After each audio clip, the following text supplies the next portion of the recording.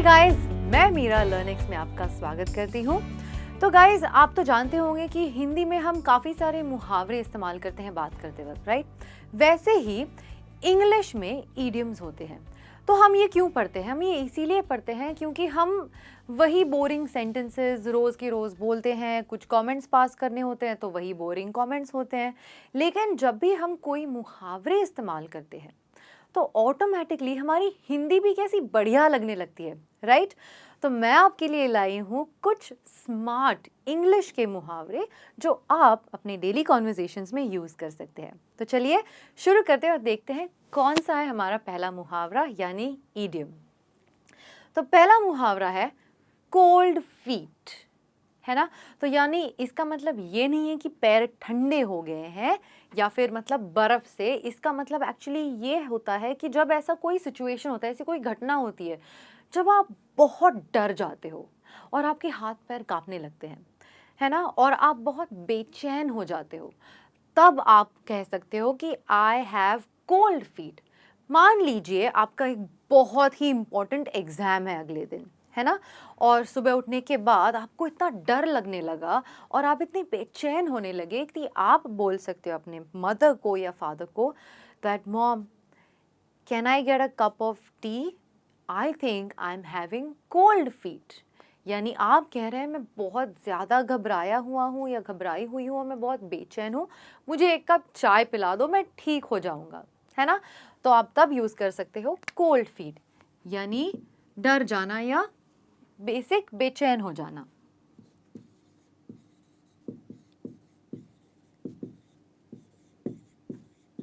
Okay, आगे बढ़ते हैं, अगला वाला देखते हैं कौन सा मुहावरा है। Next is cry your heart out. इसका एक्चुअली मतलब ये होता है गाइस कि दिल खोल के रोना, मतलब कूट कूट के रोना। जब भी ऐसी कोई चीज़ होती है हमारे लाइफ में, या तो बहुत अच्छी चीज़ होती है या ऑफ कोर्स कभी कभी सैड न्यूज़ भी मिलते हैं हमें, तो हम कभी कभी दबी आवाज़ में रोते हैं, राइट? लेकिन कभी कभी अच्छा होता है जब we cry our heart out, यानी जब हम दिल खोल के रोते हैं, राइट? तो यूजुअली मेरा भाई मुझे हमेशा ये बोलता है, जब भी हम कोई रोमांटिक मूवी देखते हैं या कोई सेंटिमेंटल मूवी देखते हैं, तो मेरा भाई हमेशा कहता है my sister is now going to cry her heart out, यानी अब मैं दिल खोल के रोने वाली हूँ, है ना? तो क्राई योर हार्ट आउट मतलब दिल खोल के रोना।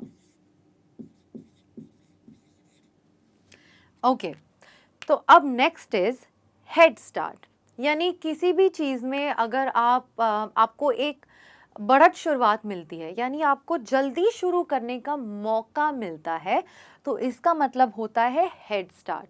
यूजुअली जब भी हम कॉलेज में जाते हैं या हम अगर ऑफिस में जा रहे हैं, जैसे आप लोग हो यहाँ पे जो देख रहे हैं, तो कभी कभी ऐसे होता है कि आप सही टाइम पर, सही मौके पर आप किसी जगह पर पहुँचते हो। ऑफ कोर्स आपके जो कंपेटिटर्स हैं उनसे जल्दी पहुंचते हो, और आपको जो भी काम करना होता है, आपके बॉसेस या मैनेजर सबको जल्दी काम दे देते हैं ताकि आप जल्दी काम ख़त्म भी कर पाओ। तो यू कैन से, तब आप कह सकते हो that today I reached early and I got a head start, यानी आपको बढ़त शुरुआत मिली, आपको शुरुआत पहले करने का मौका मिला। यूजुअली मेरे पापा, मैं जब छोटी थी और हम छोटे ऐसे रेसेस खेलते थे मजाक के लिए, हंसी मजाक के लिए, तब मेरे पापा मुझे हेड स्टार्ट करने के लिए अलाउ करते थे। क्या समझे आप, मैंने कैसे इस्तेमाल किया इसका? आपने देखा कि मेरे पापा ने मुझे हेड स्टार्ट करने का मौका दिया, यानी मुझे पहले रेस में भागने का मौका दिया और वो आराम से भागते थे। तो यही मतलब है एक्चुअल में हेड स्टार्ट का। तो आप इसको अलग अलग सिचुएशंस में इस्तेमाल कर सकते हो। हेड स्टार्ट यानी जल्दी या बढ़त, शुरुआत। Okay, now next is an old hand, यानी एक पुराना हाथ, अगर मैं इसको एक्चुअल में ट्रांसलेट करना चाहती हूँ। लेकिन इसका एक्चुअली मतलब ये होता है कि जब भी कोई इंसान किसी भी काम में या किसी भी जगह पर बहुत ही पुराना होता है या बहुत ही जानकारक इंसान होता है, जिसको पहले से ही बहुत अच्छा नॉलेज होता है, बहुत अच्छा एक्सपीरियंस होता है किसी भी चीज़ में, तो हम उस इंसान को कहते हैं एन ओल्ड हैंड। लोग इस इंसान पर अक्सर बहुत भरोसा करते हैं ताकि क्योंकि उनको पता होता है कि ये आदमी या ये इंसान हमारा काम सही से पहचानता है और सही से कर सकता है और करने की क्षमता रखता है। तो इसीलिए आप देखोगे कि ज़्यादातर घर में ऐसे लोग होते हैं जो कि एक्सपीरियंस्ड होते हैं, तो हम कह सकते हैं why don't you take an advice from her? She is an old hand at this work. यानी आप उनसे एक बार पूछ लीजिए, वो काफ़ी जानकार है इस मामलों में या इन मामलों में, ठीक है। तो इनको कह सकते हैं आप एक एक्सपीरियंस्ड या जानकार इंसान, ओके।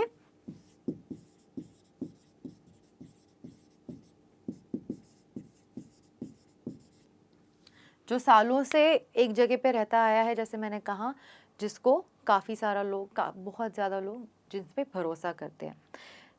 अभी अगला वाला है keep your chin up. Keep your chin up. Usually ऐसे होता है जब हम मायूस हो जाते हैं, थोड़े से मलूल होते हैं, या कभी ऐसे होता है कि कुछ चीज़ें हमारे साथ अच्छी नहीं जा रही है, तो हम थोड़ा सा हमारा दिल दुखा हुआ होता है, राइट। तो हमारे बहुत सारे दोस्त होते हैं और डेफिनेटली हमारे मदर और फादर होते ही हैं हमारे पीछे, जो कि बोलते हैं हमें बोलते हैं कि टेंशन मत लो, सब सही हो जाएगा, just keep your chin up. यानी आप कह रहे हैं या कोई आपसे कह रहा है कि कोई बात नहीं, टेंशन मत लो, खुश रहो, चेयरफुल रहो, सब ठीक हो जाएगा, ओके। तो कीप योर चिन अप यानी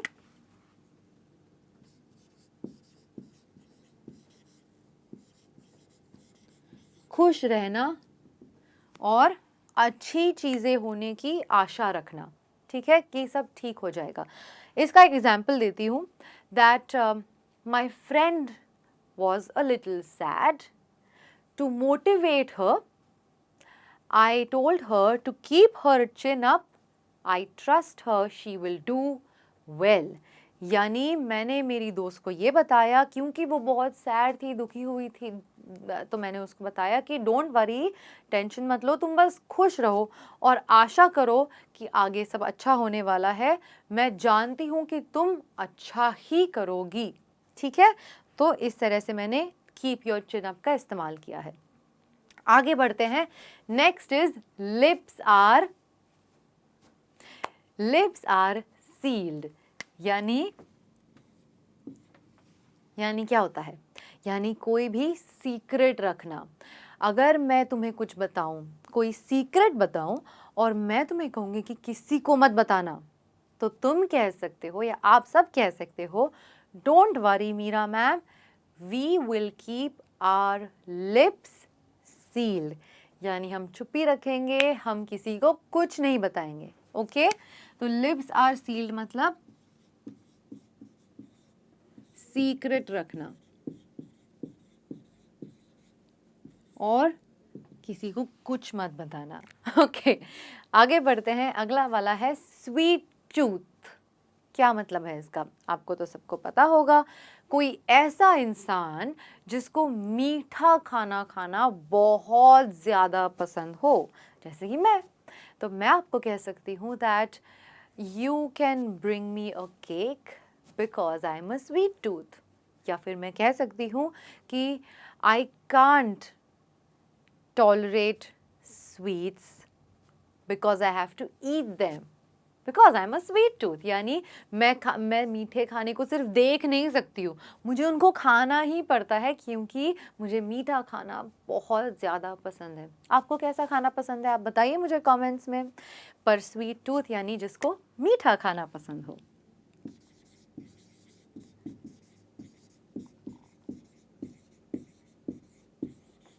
ओके, वैसे ही स्वीट टूथ जैसे सिमिलर होता है स्वीट टॉक, यानी मीठी बोली होती है किसी की। तो स्वीट टूथ यानी मीठा खाना पसंद हो जिसको, जिस इंसान को। लेट वंस हेयर डाउन, यानी अगर मुझे इसको भी अगर एक्चुअल में ट्रांसलेट करना है तो इसका मतलब होगा कि बाल खुले छोड़ना। लेकिन एक्चुअल में जब हम बाल खुले छोड़ते हैं, जैसे कि, या फिर कभी भी ऐसी सिचुएशन आती है जब आपको रिलैक्स करना हो, बस टेंशन रखने हैं साइड में और आपको बैठना है एक जगह पर और बस चिल करना है, तो यानी आप कह रहे हो, या फिर आप, you are letting your hair down, यानी सारी परेशानियां भूल जाना, सारी टेंशन भूल जाना और बस अच्छे मूड में रहना, अच्छा सोचना और रिलैक्स करना। ठीक है, तो लेट वंस हेयर डाउन यानी रिलैक्स करना। मैं चाहती हूँ कि मैं आपको ये सब जितना हो सके उतनी आसान भाषा में सिखाऊं ताकि आप इसको इस्तेमाल कर सकते हो। ठीक है, नेक्स्ट इज थंब रूल, यानी एक नियम होता है जो कि बहुत ही सालों से चलता हुआ आया है, या फिर जो कि बुक में नहीं लिखा है लेकिन सब लोग उसको अच्छी तरह से फॉलो ज़रूर कर रहे हैं। तो वो जो नियम होता है उसको बोलते हैं थंब रूल। ठीक है, जैसे हम ऑब्वियसली जब कोई हमसे पूछता है कि यार एक बात बताना, सनराइज कहाँ से होता है, तो हम कह सकते हैं it is a thumb rule, sun तो ईस्ट से राइज होता है, राइट। यानी आप कह रहे हो ये तो नियम ही है, ये तो सबसे बेसिक नियम है।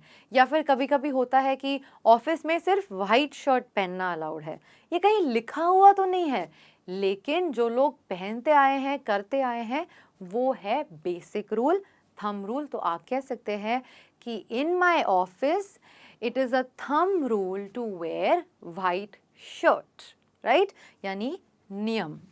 थंब रूल यानी नियम। ठीक है, तो ये था आपका सेकेंड लास्ट। अब लास्ट है, लास्ट मुहावरा कौन सा है, मेक्स माई ब्लड बॉयल। ये जो मुहावरा है ना दोस्तों, ये तो हिंदी फिल्मों में इतना ज़्यादा इस्तेमाल हुआ है, इसका मतलब है खून खौलना, इतना गुस्सा आना कि आपका खून खोल रहा है। आप तो इसका इस्तेमाल अच्छी तरह से जानते हो, कोई भी चीज़ आपको अगर इतनी गुस्सा दिलाती हो या इतना गुस्सा दिलाता हो तो आप कह सकते हो कि oh my God, that girl और that boy makes my blood boil, यानी वो लड़का या लड़की मेरा खून खौलाता है। आपको इतना गुस्सा आता है उस इंसान को देखकर या मिलकर। ठीक है, या फिर आप कह सकते हो कि वो मूवी देखकर मेरा खून खौलता है, या ऐसी कितनी सारी बातें होती है जो सुनकर आपको गुस्सा आता है, तब आप यूज़ कर सकते हो that news makes my blood boil, या आप कोई भी चीज़ से रिप्लेस कर सकते हो, बट खून खौलना ये है इसका मतलब।